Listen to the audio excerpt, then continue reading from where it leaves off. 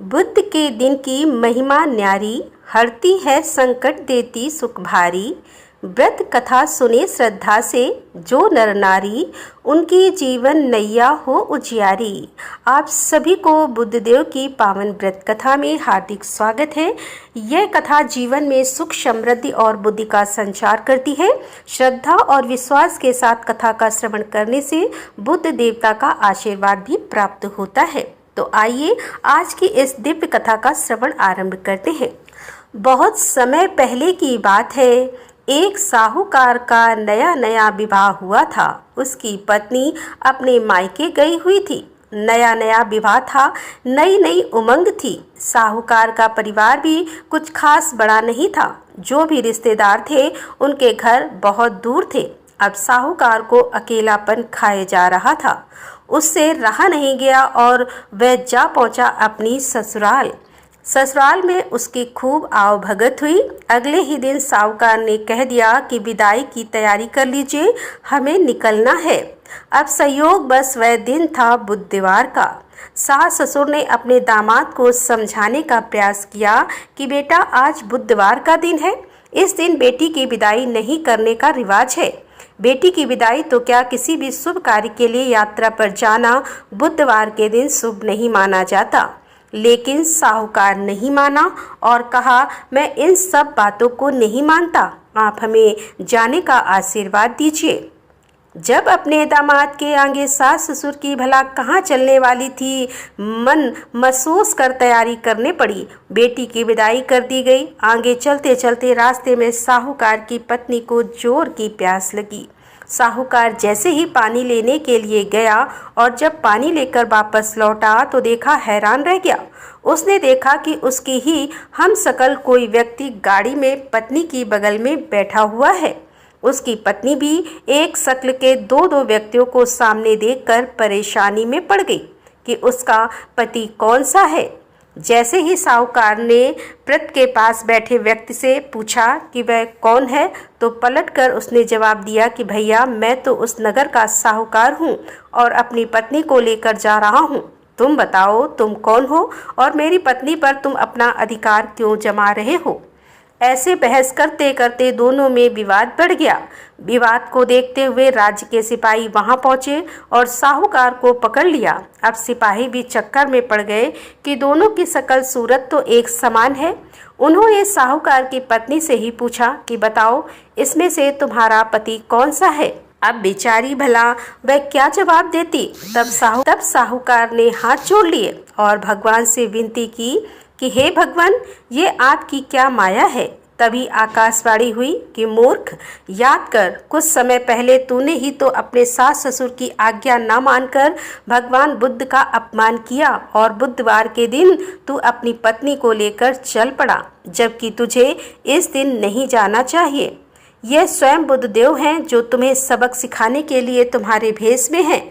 तब साहूकार ने सच्चे मन से क्षमा मांगी और भविष्य में कभी ऐसा न करने का वचन भी दिया और बुधवार को नियम पूर्वक व्रत पालन करने का संकल्प लिया। तब जाकर साहूकार के रूप में प्रकट हुए बुद्ध देवता अंतर्ध्यान हो गए और साहूकार अपनी पत्नी को लेकर घर जा सका। इस घटना के बाद साहूकार और उसकी पत्नी दोनों नियमित रूप से बुधवार का व्रत पालन करने लगे। मानता है कि जो भी व्यक्ति इस कथा को कहता है या सुनता है, पढ़ता है, उसे बुधवार के दिन यात्रा करने पर भी कोई दोष नहीं लगता और समस्त सुखों की भी प्राप्ति होती है। बुध ग्रह की शांति और सर्व सुख के इच्छुक स्त्री पुरुष बुधवार के दिन इस व्रत को कर सकते हैं।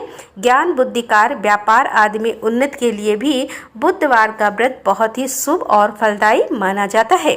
आज के दिन बुद्ध देवता के साथ साथ भगवान गणेश जी की पूजा का भी विधान है।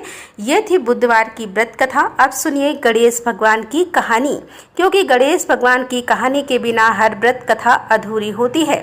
एक बार गणेश भगवान एक छोटे से बालक का रूप धरकर चिमटी में चावल और चमचे में दूध लेकर धरती लोक पर आए और वहां आने पर वह एक गांव में गए, जहां वह किसी से कह रहे थे कि कोई मेरी खीर बना दो, कोई मेरी खीर बना दो। एक बूढ़ी माई बैठी हुई थी। उन्होंने कहा, ला मैं बना दूं। अब वह छोटा सा बर्तन चूल्हे पर चढ़ाने लगी। तब गणेश जी ने कहा, दादी माँ छोटी सी भगोनी मत चढ़ाओ, आपके घर में तो सबसे बड़ा वाला बर्तन होना, वही चढ़ा दो। बूढ़ी माई ने बालक का मन रखने के लिए वही किया। वह घर के भीतर गई और घर का सबसे बड़ा भगोना लाकर चूल्हे पर चढ़ा दिया। वह देखती रह गई कि उसमें जो थोड़े से चावल उस बड़े बर्तन में उन्होंने डाले थे वह तो पूरा का पूरा भर गया। अब गणेश जी ने कहा, दादी माँ मैं नहा कर आता हूँ, तब तक खीर तैयार हो जाएगी। खीर तैयार हो गई तो बूढ़ी माई के पोते पोती खीर खाने के लिए रोने लगे।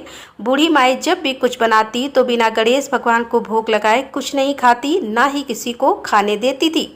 तब उन्होंने मन ही मन कहा, गणेश जी तेरे भोग लगे। ऐसा कहकर उन्हें चूल्हे में थोड़ी सी खीर डाली और कटोरी भरकर खीर बच्चों को दे दी। बूढ़ी माई की पड़ोसन ऊपर से देख रही थी। बूढ़ी माई ने सोचा, यह तो उस बालक से चुगली कर देगी, तो एक कटोरा भरकर उन्होंने उस पड़ोसन को भी पकड़ा दिया। बूढ़ी माई की बहू ने चुपके से एक कटोरा खीर खाया और कटोरा चक्की के नीचे छुपा दिया। अभी भी गणेश जी नहीं आए थे। बूढ़ी माई को भी भूख लग रही थी, तो उन्होंने भी एक कटोरा खीर का भरकर किवाड़ के पीछे बैठकर एक बार फिर कहा, गणेश जी आपको भूख लगे। ऐसा कहकर भोजन करना शुरू कर दिया और खीर भी खा ली। तब तक गणेश जी आ गए तो बूढ़ी माई ने कहा, अरे गणेश जी खीर खा ले, मैं तो तेरे ही राह देख रही थी। गणेश जी ने कहा, दादी माँ मैंने तो पहले ही खीर खा ली है। बूढ़ी माई ने कहा, खीर खा ली? अरे कब खाई? तब गणेश जी ने कहा, जब तुम्हारे पोते पोती ने खीर खाई तब खाई थी, जब तुम्हारी पड़ोसन ने खाई तब खाई, और जब तुम्हारी बहू ने खाई तब भी मैंने खाई।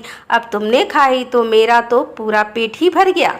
बूढ़ी माई ने कहा, बेटा और सारी बात तो सच है, पर वह बेचारी का नाम मत लो, वो तो सुबह से काम में लगी हुई है, फिर भला उसने खीर कब खाई? तब गणेश जी ने कहा, अरे दादी चक्की के नीचे देखो जूठा कटोरा पड़ा है, और तुमने तो मुझे भोग लगाया लेकिन तुम्हारी बहू तो वैसे ही खा गई।